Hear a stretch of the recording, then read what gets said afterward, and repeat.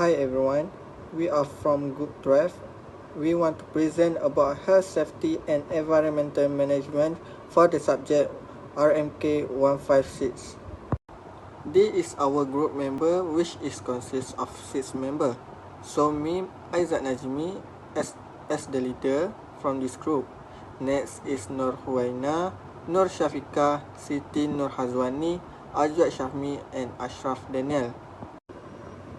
Okay, for the introduction, we are going to start by talking about health, safety and environment.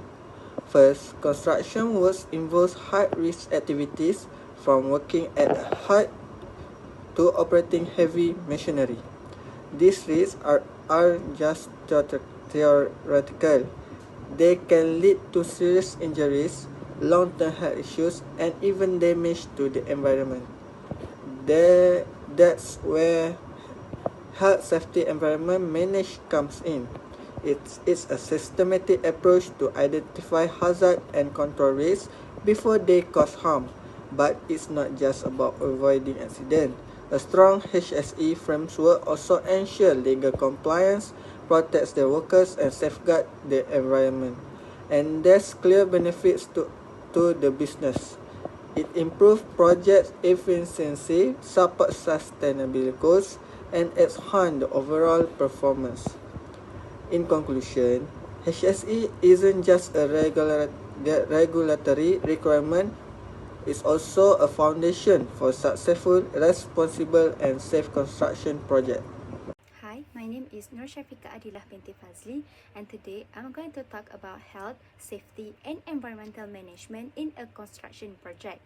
First, health management is about making sure workers stay healthy while working on site. Construction work can expose workers to dust, noise, and heavy tasks, so health management helps prevent workers from getting sick by providing clean facilities, controlling harmful exposure, and allowing proper rest.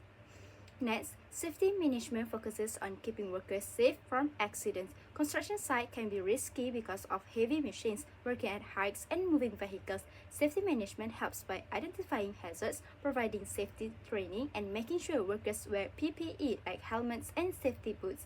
Lastly, environmental management is about protecting the environment around the construction site. Construction activities can create dust, noise, waste, and pollution. Environmental management helps reduce these impacts and ensures construction is done responsibly. To conclude, health management keeps workers healthy, safety management keeps workers safe, and environmental management protects the environment. All three are very important for a successful construction project. Assalamualaikum to Dr. Salman. My name is Muhammad Ajwad Shahmi bin Ramli, and I from CPM Construction Project Management Year 1. And today I want to present about the integration of risk management into construction SE system. Okay. Firstly, for health, as we know, an active involvement can promote a safe work culture and make the planning project done early before the planning timeline to make sure the project done. Okay, so the project can be done faster than before. Okay. Secondly, for safety, it will ensure worker safety and reduce the risk of accidents construction sites, including the operation of heavy machinery. Okay, for example, as we know, the workers who follow the rules of construction truly, he can avoid the accidents and lower the risk to the accidents to happen to him, and the workers can be safe every time. Okay, so the workers has no risk to conduct the heavy machinery in the construction site. Okay, thirdly, risk management can also has various challenges such as employee attitudes, work project pressure, and unexperienced employees. For employee attitudes, as we know, in the construction site have workers who don't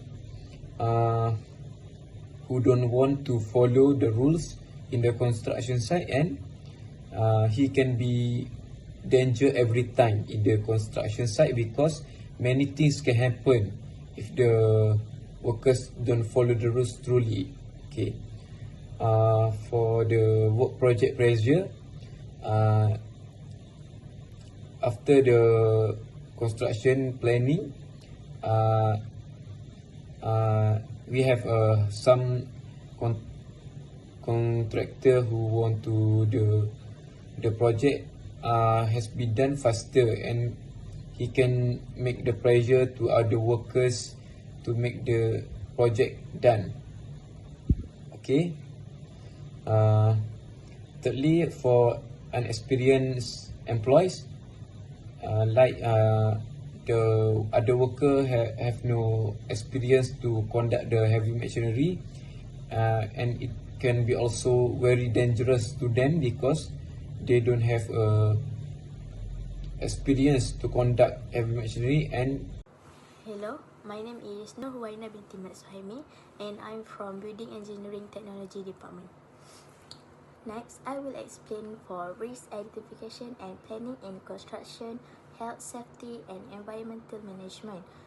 Risk identification and planning is a crucial part of HSE management because it focuses on recognizing potential hazards before any construction work begins.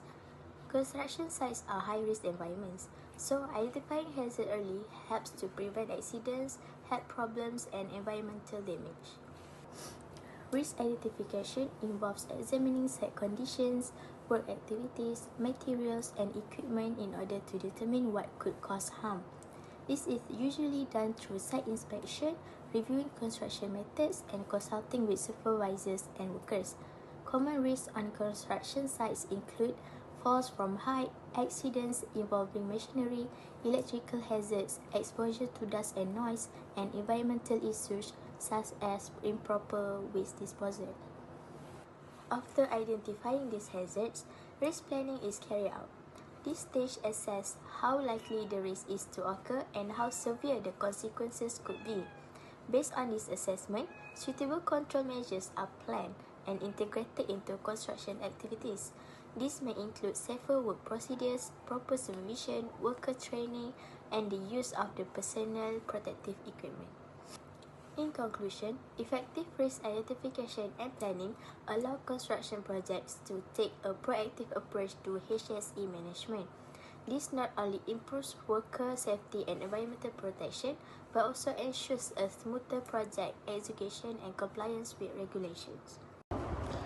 Next, I want to talk about the benefit of integrating risk management with HSE. Firstly, improvement in strategic decision making. When we integrate risk management with HSE, leaders get a holistic view of the risk landscape. This means decisions about results and priorities are based on the comprehensive assessment of both impact and likelihood, not just gut feeling.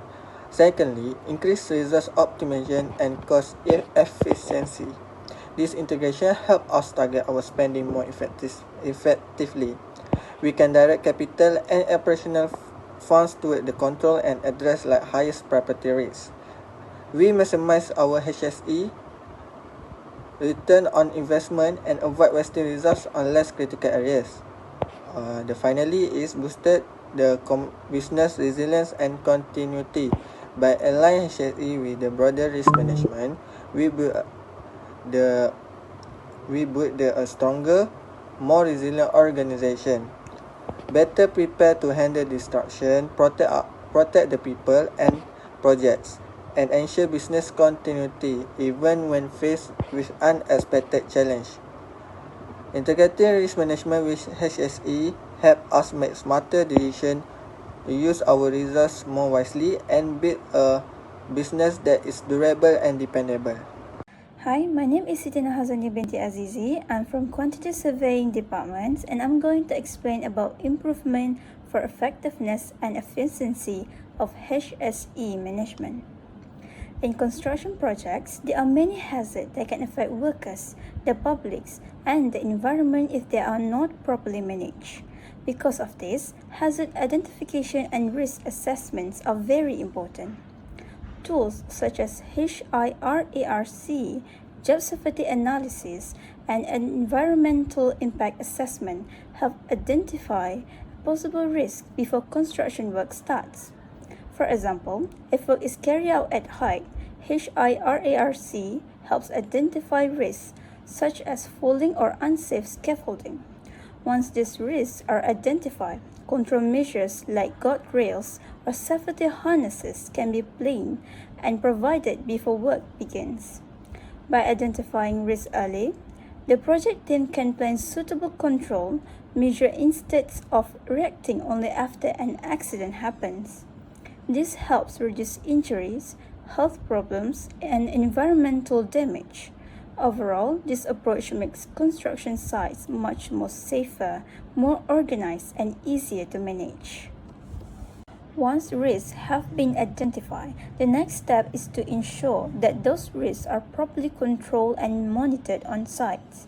The hierarchy of controls helps manage hazards in a structured way, starting and eliminating hazards where possible and ending with personal protective equipment, or PPE, as the last level of protection. For instance, instead of only asking workers to wear PPE, hazards can be first controlled by installing safety barriers or changing work methods. PPE is then used as a final layer of protection. Measures such as safety barriers, warning signs, and PPE help reduce the risk of injuries. Safe work method statements guide workers on how to carry out their tasks safely. In addition, regular site inspection and safety audits help check whether these safety measures are effective. With strong management support, including proper training and supervisions, a positive safety culture can be developed, which improves overall HSE performance. Assalamualaikum to Dr. Saman, and here we're gonna move for the last part, which is the conclusion. Me myself, Ashraf, I'm from Building Engineering Technology courses. So for the conclusion, here we have 6, and first of it was the protection of employees, where the effective of HSE management ensure that the safety, health and well-being of employee. And I think it is important because employee are giving their hard work into every type of job scope they have. And then we move to environmental protection, which is through waste segregation, proper disposal and contamination prevention measure. Organization contribute to the environmental sustainability. Third one was the use of risk management tool. So like we have some of the tools such as HIRAC, JSA and EIA promote the data-driven decision making, ensuring that the risks are minimized through appropriate and adaptive control measures. Next, we move to the legal and regulatory compliance. It is important that HSE and risk management align with the Malaysian standards such as OSHA 1994 and DOSH guideline, ensuring that compliance with the national safety standard. We move on for the integration of risk management. For this system approach improve project safety, efficiency and resilience. This also can make future project or future development being in a better in a better proportion.